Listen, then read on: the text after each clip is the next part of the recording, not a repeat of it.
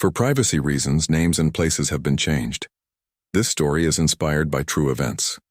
On a crisp September morning in 2001, three experienced hikers set out into the rugged wilderness of Rocky Mountain National Park. Led by 25-year-old adventure guide Sean O'Connor, physician Dr. Lauren Harper, and software engineer Nathan Anderson embarked on what should have been a challenging but manageable backcountry expedition through Colorado's most breathtaking terrain. They never emerged from the mountains. Despite an exhaustive search operation involving multiple agencies and hundreds of volunteers, the group seemed to have vanished into thin air, leaving investigators with more questions than answers. For 17 years, their families lived with the crushing weight of uncertainty, while the mountains kept their secret. Then, in the summer of 2018, nature itself would begin to unravel a story far more sinister than anyone could have imagined. This is the complete investigation into what really happened on that fateful trek into the Rockies. Before we continue, let us know where you're watching from, and if you enjoy this content, consider liking and subscribing to our channel. Now let's continue. On the morning of September 15, 2001, the crisp autumn air swept through Rocky Mountain National Park as three figures made their final preparations at the Thunder Lake trailhead. Sean O'Connor, a seasoned wilderness guide known for his charismatic personality and extensive knowledge of the Colorado Rockies, checked his equipment one last time while his two clients waited eagerly nearby. Dr. Lauren Harper, a successful emergency room physician from Denver, had spent months planning this backcountry expedition as a much-needed break from her demanding career. Nathan Anderson, a software engineer from Boulder with a growing passion for mountaineering, stood beside her, adjusting his pack straps with the careful precision of someone still new to serious trekking. The trio's ambitious route would take them deep into the park's restricted wilderness areas, following a challenging path that few casual hikers ever attempted. O'Connor had assured them both that while demanding, the trek would showcase some of Colorado's most spectacular hidden valleys and peaks. Their planned route would cover roughly 40 miles over 5 days, crossing through 3 different ecological zones and reaching elevations over 13,000 feet. At 8:47 a.m., O'Connor signed the trail register, marking their departure time and intended route. The morning sun cast long shadows across the parking lot as they shouldered their packs and began their ascent. A park ranger later recalled watching them disappear around the first switchback, noting how confident and well-equipped they appeared. The weather that morning gave no indication of the tragedy about to unfold. Clear skies stretched across the Continental Divide, and the forecast predicted stable conditions for the next several days. The group's first checkpoint was scheduled for sunset at Thunder Lake, where they planned to make camp and check in via satellite phone. That check-in never came. By midnight, when no signal had been received from O'Connor's satellite phone, the first red flags began to rise. Park protocols required guides to report their position each evening, and O'Connor had always been methodical about following these procedures during his previous expeditions. The initial assumption was simple. Perhaps the satellite phone had malfunctioned, or the group had been delayed and decided to make camp early. Dawn broke the next morning with no word from the group. Rangers at the park's command center began monitoring their emergency frequencies more closely. By mid-morning, with still no communication, the first search teams were mobilized. What they found at Thunder Lake sent shockwaves through the Park Service. No sign of camp, no indication the group had ever arrived. The following days saw one of the largest search operations in the park's history. Helicopter sweeps crisscrossed the intended route, while ground teams combed through every possible deviation. The weather remained eerily perfect, offering optimal conditions for the search, yet yielding nothing but questions. As news of the disappearance spread, more details about the trio emerged. O'Connor's reputation as a guide was impeccable, with over 7 years of professional experience in the Rockies. Dr. Harper's colleagues described her as methodical and safety-conscious, while Anderson's family spoke of his meticulous preparation for the trek, including months of training hikes. 5 days into the search, a storm system moved in, blanketing the high country in early snow. The weather window had closed, and with it, hopes of finding the group alive began to fade. The families gathered at park headquarters, clinging to increasingly thin threads of hope as search teams reported back empty-handed day after day. By October 1st, with no signs of the missing hikers and winter approaching, the active search was scaled back to routine patrols. The Rocky Mountains had swallowed 3 more souls into their vast wilderness, leaving behind grieving families and a mystery that would haunt the Park Service for years to come. What no one could have known then was that the truth behind their disappearance would remain hidden under tons of rock and ice for nearly 2 decades, preserved by the very mountains that had claimed them, waiting for nature itself to reveal a story far darker than anyone had imagined. The initial investigation into the disappearance of Sean O'Connor, Dr. Lauren Harper, and Nathan Anderson began under challenging circumstances. As dawn broke on September 17, 2001, the first helicopter swept low over Thunder Lake, its rotors churning the crystal-clear water as search teams scanned the shoreline for any sign of the missing group. Agent Victoria Torres from the Colorado Bureau of Investigation arrived at the park's command center that morning, immediately struck by the complexity of the search area.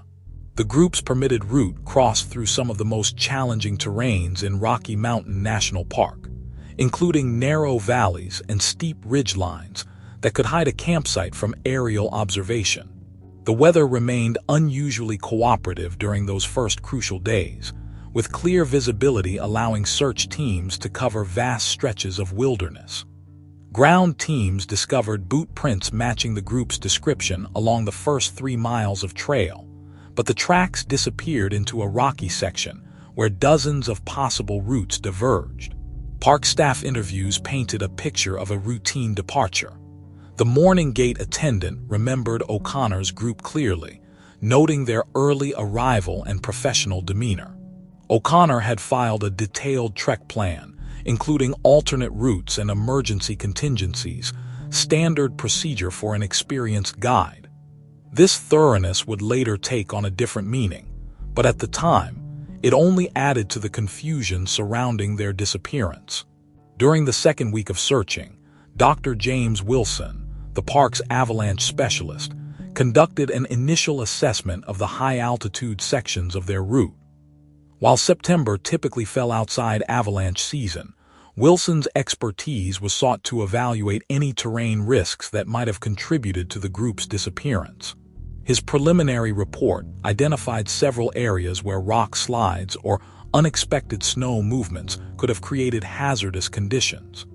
The investigation took an intriguing turn when Torres discovered that O'Connor had purchased additional satellite communication devices beyond the standard emergency beacon.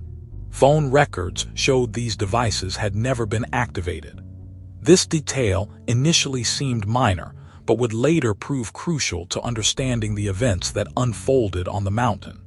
As September drew to a close, search teams had covered over 200 square miles of wilderness without finding a single piece of equipment or clothing belonging to the group. The lack of physical evidence was unprecedented in the park's search and rescue history. Even in cases where hikers had fallen into crevasses or been caught in avalanches, some trace usually remained: a backpack, a trekking pole, something to indicate their path. Torres interviewed previous clients of O'Connor, all of whom described him as methodical and safety-conscious. One client mentioned O'Connor's unusual interest in emergency procedures and his detailed knowledge of rescue insurance policies, comments that seemed innocuous at the time but would later take on sinister significance. By early October, with winter approaching, the investigation faced a difficult decision. The search area had yielded no clues, no emergency signals had been detected, and no distress calls had been received. The families gathered daily at the command center, their hope visibly diminishing as each search team returned empty-handed. The final full-scale search operation ended on October 5th, as the first significant snowfall of the season blanketed the high country. Agent Torres filed her initial report, listing the case as a missing persons investigation with suspected wilderness accident. The report noted the unusual lack of physical evidence, but concluded that extreme terrain and weather conditions had likely obscured crucial clues.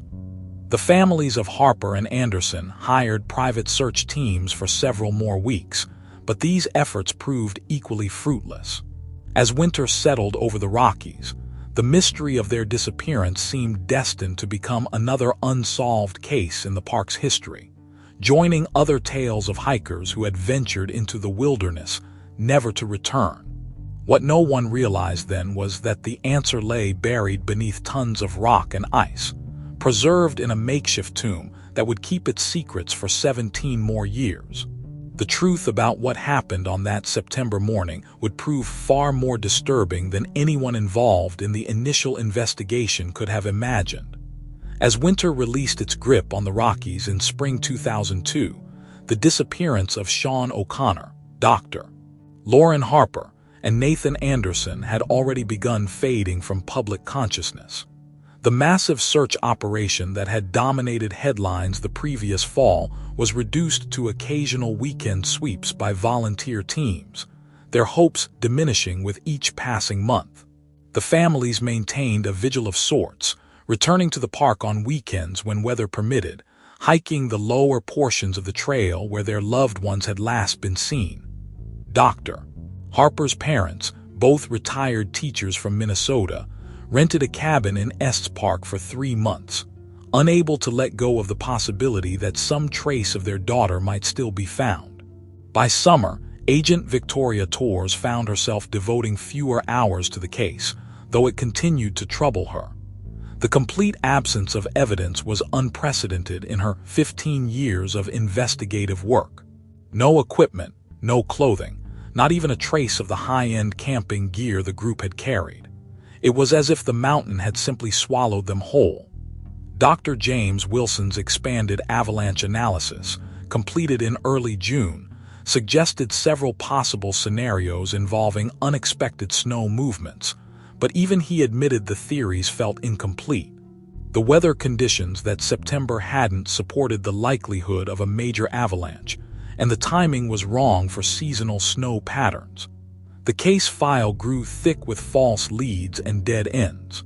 A hiker reported finding a boot similar to the type Nathan Anderson had worn, but analysis proved it belonged to an unrelated climber from years earlier. A weathered emergency beacon was discovered by a park ranger, generating brief excitement until its serial number revealed it was from a different manufacturer than the one O'Connor had carried. The first anniversary of their disappearance brought renewed media attention. Local newspapers ran feature stories examining the mystery, but no new information emerged. The families gathered at Thunder Lake for a memorial service, where Dr. Harper's mother spoke eloquently about her daughter's love for the mountains that had claimed her life. Insurance companies finally processed the death benefits in late 2002, a procedural acknowledgement that the missing hikers were presumed deceased. The paperwork passed through the desk of analyst Rebecca Kim, who noted several unusual aspects of O'Connor's insurance policies, but found nothing actionable at the time. Years passed, and the case settled into the rhythm of cold investigations. Annual memorial services became smaller, though no less poignant. Nathan Anderson's sister continued updating a website dedicated to the search, posting any hints of similar cases from other national parks, hoping to find patterns that might shed light on her brother's fate. Agent Torres kept the case file on her desk, reviewing it periodically as new forensic techniques developed. She arranged for satellite imagery analysis when better technology became available, but the September 2001 photos showed only clouds over the search area during the critical period. Park rangers incorporated the story into their safety briefings for backcountry hikers, using it to emphasize the importance of emergency protocols and the unpredictable nature of mountain environments. The incident led to stricter requirements for guide certifications and communication equipment, though these changes provided little comfort to the families still waiting for answers. By 2017, the case had become part of park lore, mentioned in guidebooks and ranger talks as a reminder of the mountain's dangers. The original search teams had mostly retired or moved on, though a few kept in touch with the families, sharing their own lingering questions about the unusual circumstances of the disappearance. What no one could have anticipated was that the very force they blamed for hiding the truth, the mountain itself, would eventually become the key to unlocking the mystery. As climate change began altering the landscape in ways both subtle and dramatic, the high country's secrets would not remain buried forever. The mountains were about to reveal a truth more startling than anyone had imagined, one that would transform a story of presumed tragedy into something far more sinister.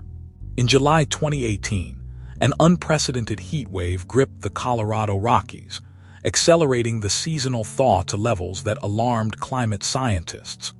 The warming temperatures triggered a series of geological events that would finally break open the 17-year-old mystery of the Thunder Lake disappearances. Park Ranger Michael Chen first noticed the anomaly during a routine patrol of the high country routes.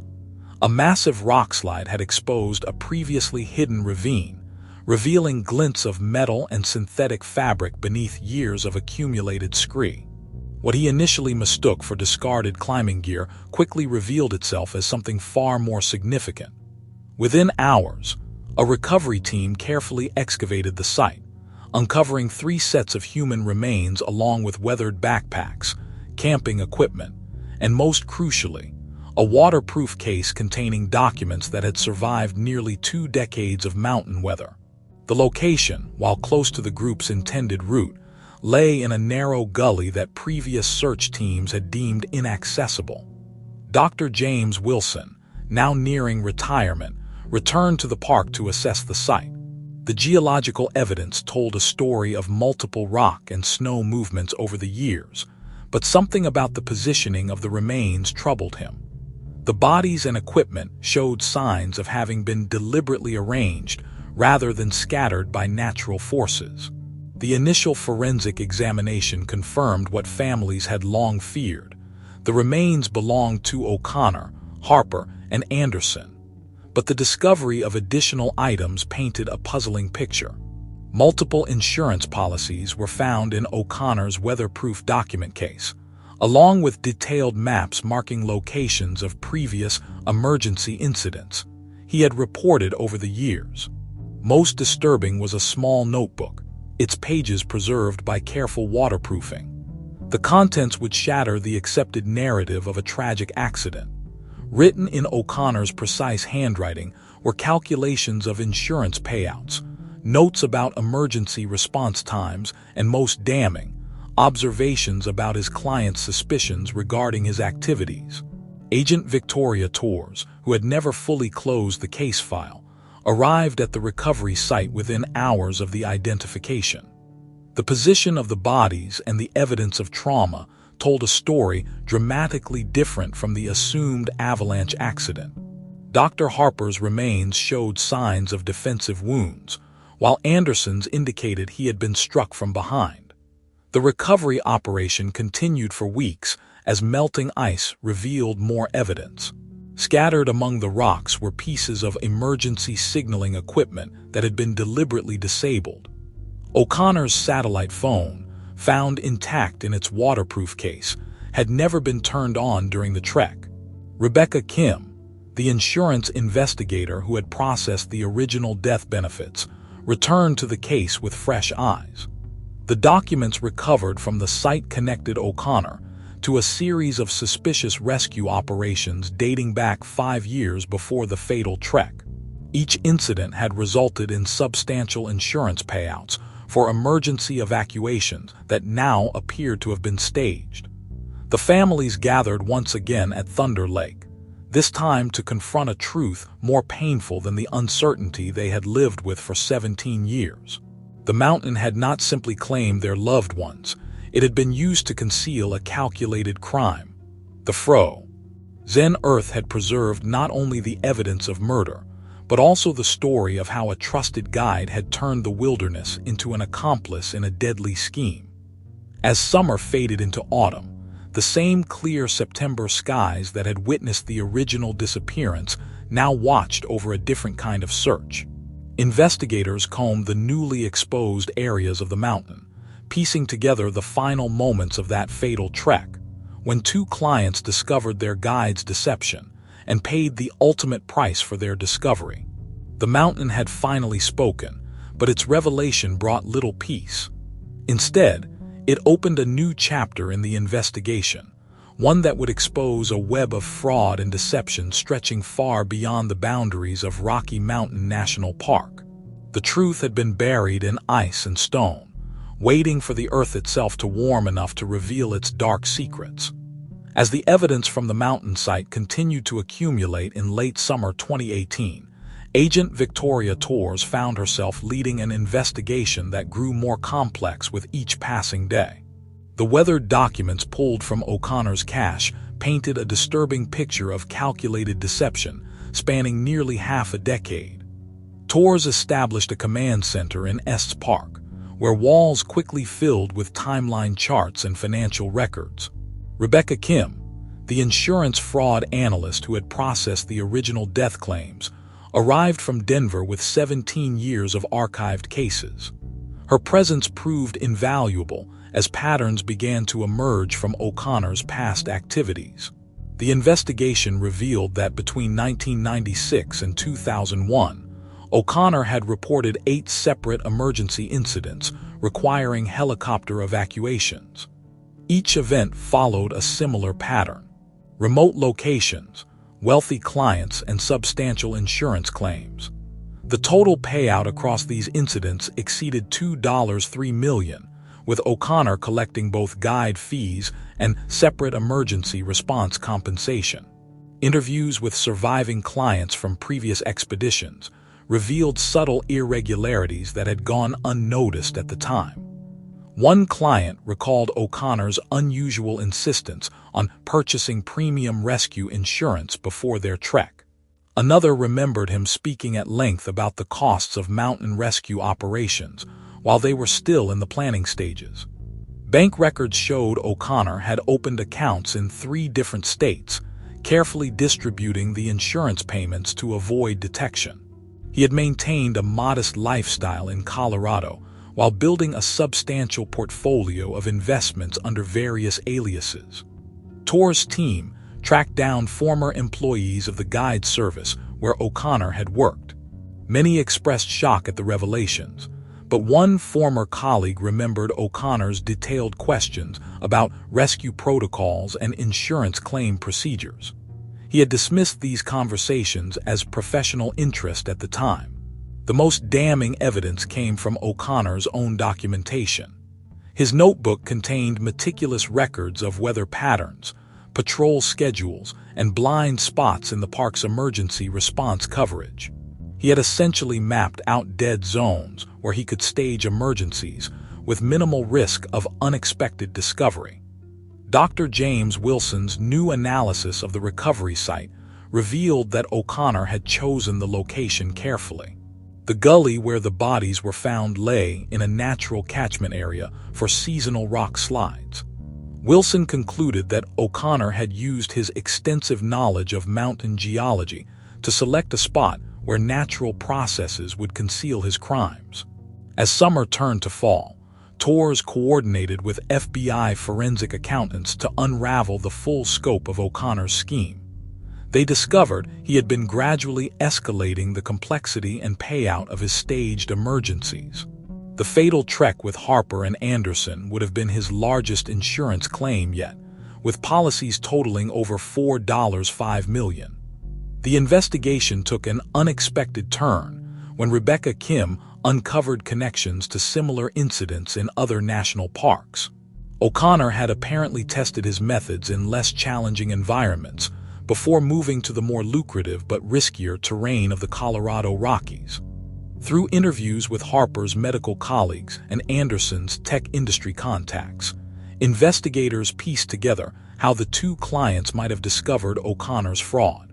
Harper's emergency medicine background would have made her particularly attuned to inconsistencies in rescue protocols, while Anderson's technical expertise could have revealed issues with O'Connor's communications equipment. The most chilling aspect of the investigation came from O'Connor's final notes, which revealed his contingency plans. He had prepared multiple scenarios to explain his clients' deaths, carefully crafting a story that would withstand scrutiny. The avalanche theory he had planned to use was supported by extensive research into similar incidents, showing a level of premeditation that stunned even veteran investigators. By October, Torres had assembled enough evidence to officially reclassify the case from a wilderness accident to premeditated murder. The mountain had preserved not just bodies and equipment, but also the detailed chronicle of how a trusted wilderness guide had transformed his expertise into a weapon, using the very environment he knew so well to conceal his crimes.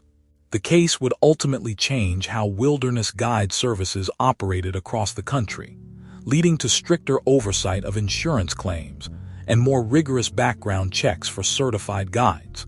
But for the families of Lauren Harper and Nathan Anderson, these reforms came at an unimaginable cost, purchased with the lives of those who had trusted their safety to a man who betrayed everything the wilderness community stood for.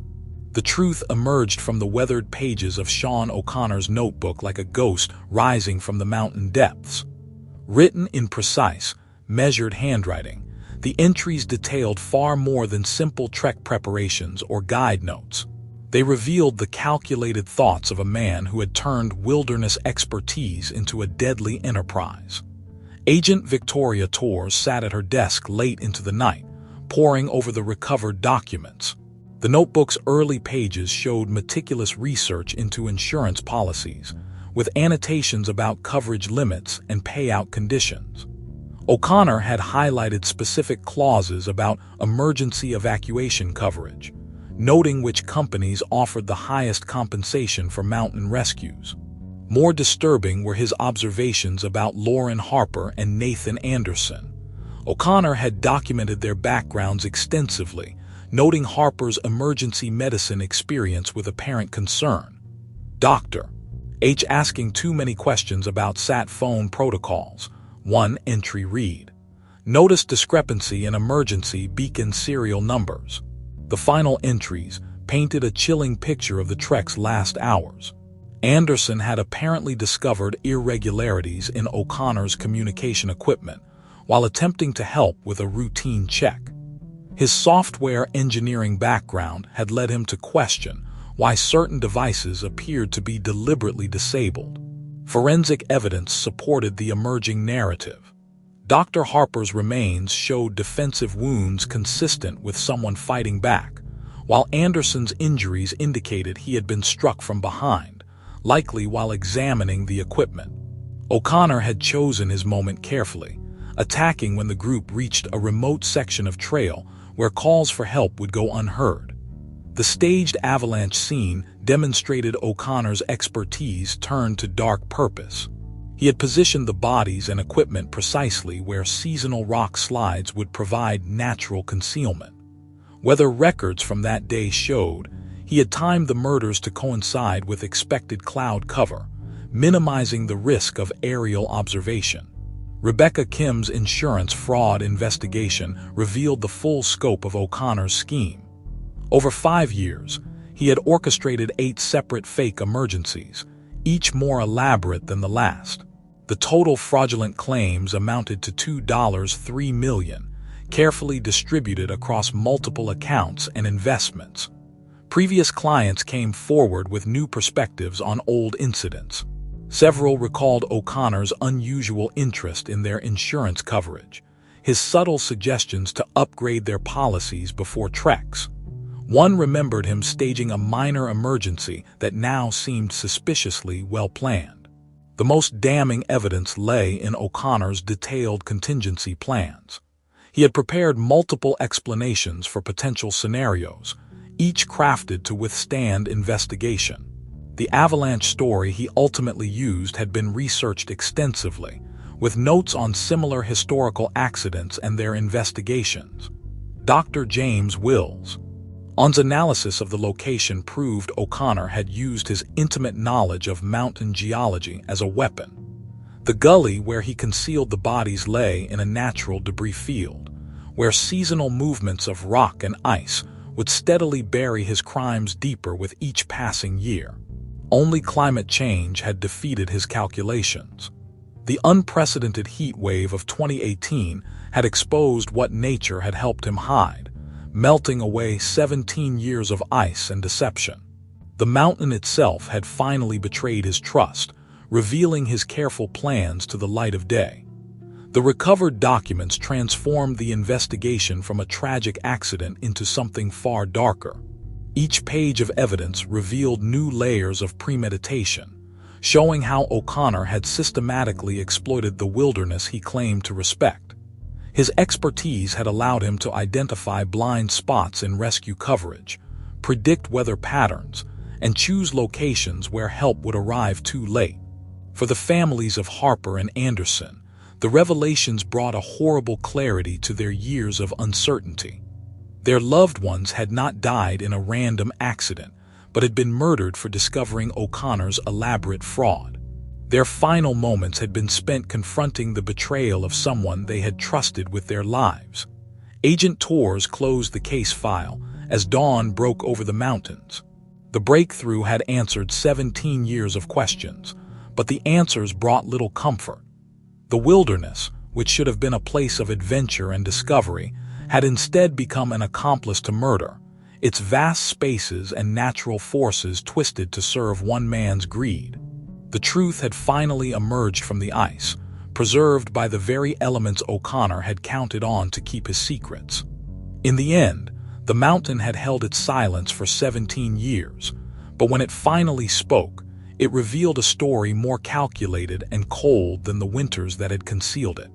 The resolution of the Thunder Lake murders sent shockwaves through the wilderness community, fundamentally changing how the industry approached guide certification and emergency protocols.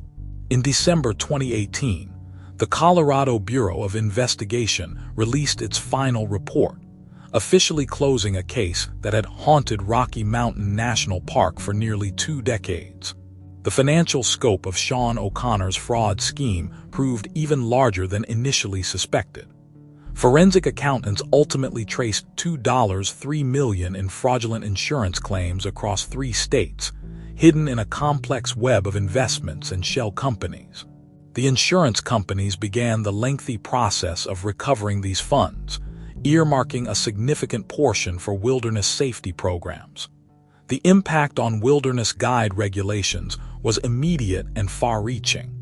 The National Park Service implemented stringent new background check requirements for certified guides, including detailed financial audits and insurance claim histories. Emergency equipment protocols were overhauled, requiring redundant communication systems and regular third-party inspections.